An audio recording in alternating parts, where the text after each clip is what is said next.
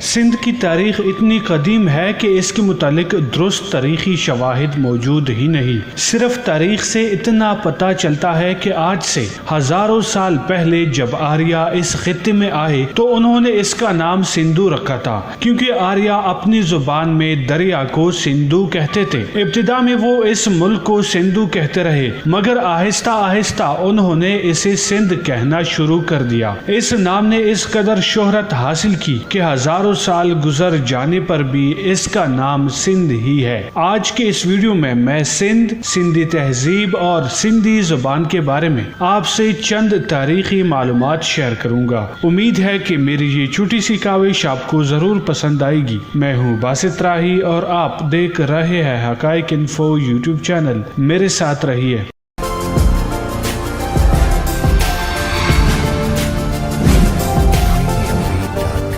Welcome back. جیسے کہ میں نے پہلے بتایا کہ لفظ سندھ دریائے سندھ سے مستعار ہے، جو کہ سنسکرت لفظ سندھو کی موجودہ شکل ہے۔ وادی سندھ کی تہذیب 3300 سے لے کر 1700 قبل مسیح تک قائم رہنے والی انسان کی چند ابتدائی تہذیبوں میں سے ایک تھی، جس نے تاریخ پر انمٹ نقوش چھوڑے ہیں۔ اس کا فروغ وادی سندھ میں دریائے سندھ اور اس کے معاون دریاؤں کے کناروں پر شروع ہوا۔ اسے ہڑپا کی تہذیب بھی کہا جاتا ہے۔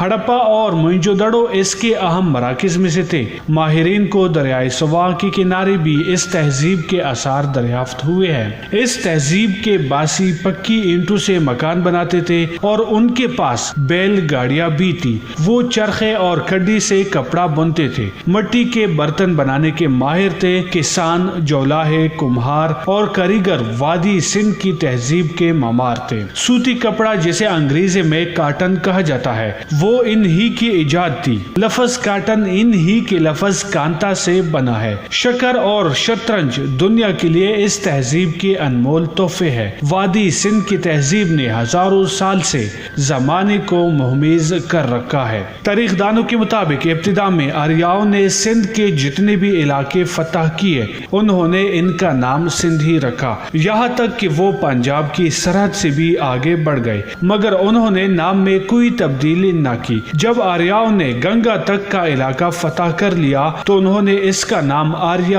ورت رکھا، مگر ہندوستان سے باہر اس نام کو پذیرائی حاصل نہ ہوئی۔ ایرانیوں نے اپنے لہجے میں سندھ کو ہند کہا اور یونانیوں نے ہند کو بدل کر اند کر دیا۔ رومن زبان میں یہ لفظ اند سے اندیا ہو گیا اور انگریزی زبان میں چونکہ دال کا تلفظ نہیں، اس لیے وہ انڈیا کہلایا۔ پہلے سندھ کا اطلاق جس علاقے پر ہوتا تھا وہ بہت لمبا چوڑا اور پھیلا ہوا تھا۔ قبل از اسلام راجہ داہر کی حکومت کے زمانے میں جس ملک کو سندھ کے نام سے موسوم کیا جاتا تھا وہ سمت مغرب میں مکران، جنوب میں بحیر عرب اور گجرات، مشرق میں موجود مالوا کے وسط اور رجپوتانہ اور شمالی ہند میں ملتان سے گزر کر جنوبی پنجاب کے اندر تک وسیع و عریض تھا۔ عرب مورخین اس سارے علاقے کو سندھ کہا کرتے تھے۔ سندھ زمانہ قدیم سے اپنے دامن میں تہذیبی ورثہ سموے ہوئے ہے۔ دستیاب تحقیقی شواہد کے مطابق دراوڑی آبادکاروں سے قبل یہاں 7000 قبل مسیح میں مختلف قبائل آباد تھے۔ دراوڑ باشندے تقریباً 4000 قبل مسیح میں وادی سندھ میں آ کر آباد ہوئے۔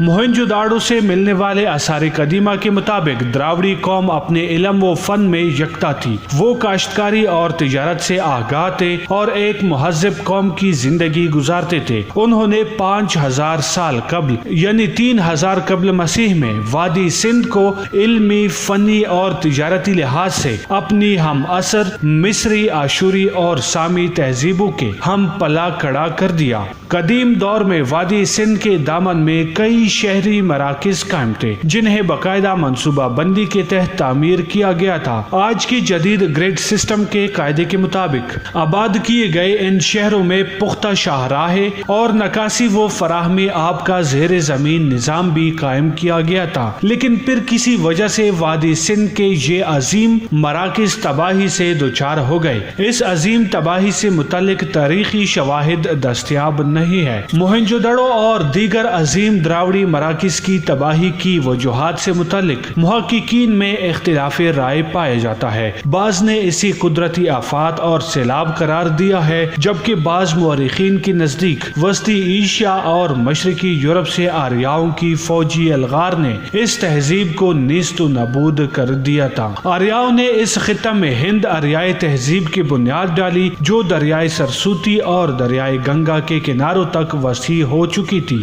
وادی سندھ کی تہذیب 1500 قبل مسیح میں اپنے بام عروج پر تھی۔ ہند آریائی تہذیب ویدک سویلائزیشن نے ہندوستان کے مذہب، رسم و رواج، معاشرت اور طرز رہن سہن پر انمٹ نقوش ثبت کی ہے۔ ماہرین آثار قدیمہ یہ سمجھتے تھے کہ پاک و ہند میں تمدن کی داغ بیل آریاؤں نے 1500 قبل مسیح میں ڈالی تھی۔ اس سے قبل یہاں کے باشندے جنگلی اور تہذیب و تمدن سے ناآشنا تھے، مگر بعد میں ملنے والے شواہد نے اس نظریے میں تبدیلی پیدا کر دی اور اس ملک کی تاریخ کو مزید 1500 سال پیچھے دھکیل دیا۔ ایک طرف موہنجو دڑو اور ہڑپا کے آثار اور سندھ کی قدیم تہذیب کے بارے میں جو شواہد مل سکے ہیں، ان سے یہ بات ثابت ہو گئی ہے کہ آریوں کے آنے سے بہت پہلے ہی یہ ملک تہذیب و تمدن کا عظیم گہوارہ بن چکا تھا۔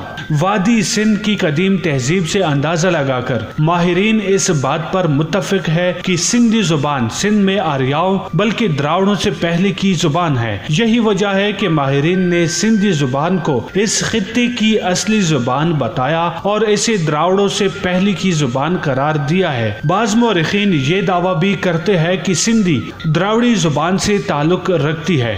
دیگر قدیم زبانوں مثلا سنسکرت، عربی وغیرہ سے بھی سندھی کا بہت قریبی تعلق رہا ہے۔ سمو کی دور حکومت یعنی 1350 سے 1520 عیسوی تک یہ دور علم و فضل اور سندھی زبان کے ارتقاء اور سندھی شاعری کی ابتدائی ترقی کے اعتبار سے ایک اہم دور مانا جاتا ہے۔ ان ہی کے زمانے میں سندھی زبان اور شاعری میں قوت بیان کو تقویت حاصل ہوئی۔ ان ہی کے زمانے میں سب سے پہلے 7 درویشوں کے سندھی کے اشعار دستیاب ہے۔ کلہوڑا دور میں سندھی حروفی تہجی کی ترتیب دی گئی۔ کلہوڑا دور میں سندھی زبان، ادب و شاعری پر بھی بہت کام ہوا۔ گو کے شعراء پر فارسی و عربی کا اثر تھا، مگر اس کے باوجود اکثر شعراء نے سندھی زبان کو فوقیت دی۔ شاہ عبد اللطیف بٹھائی نے فقط سندھی زبان میں شاعری کی زبان کی وحدت نے ان کے کلام کو آفاقیت بخشی۔ دوسرے سندھی شعراء جو مختلف زبانوں میں شاعری کرتے تھے، ان کا انداز فکر مختلف زبانوں میں بٹ کر رہ گیا۔ شاہ عبد اللطیف بٹھائی نے سندھی زبان کو منفرد لب و لہجہ، خالص پن اور نئی جہت عطا کی۔ سندھی 14ویں صدی عیسوی سے 18ویں صدی عیسوی تک تعلیم و تدریس کی مشہور زبان رہی ہے۔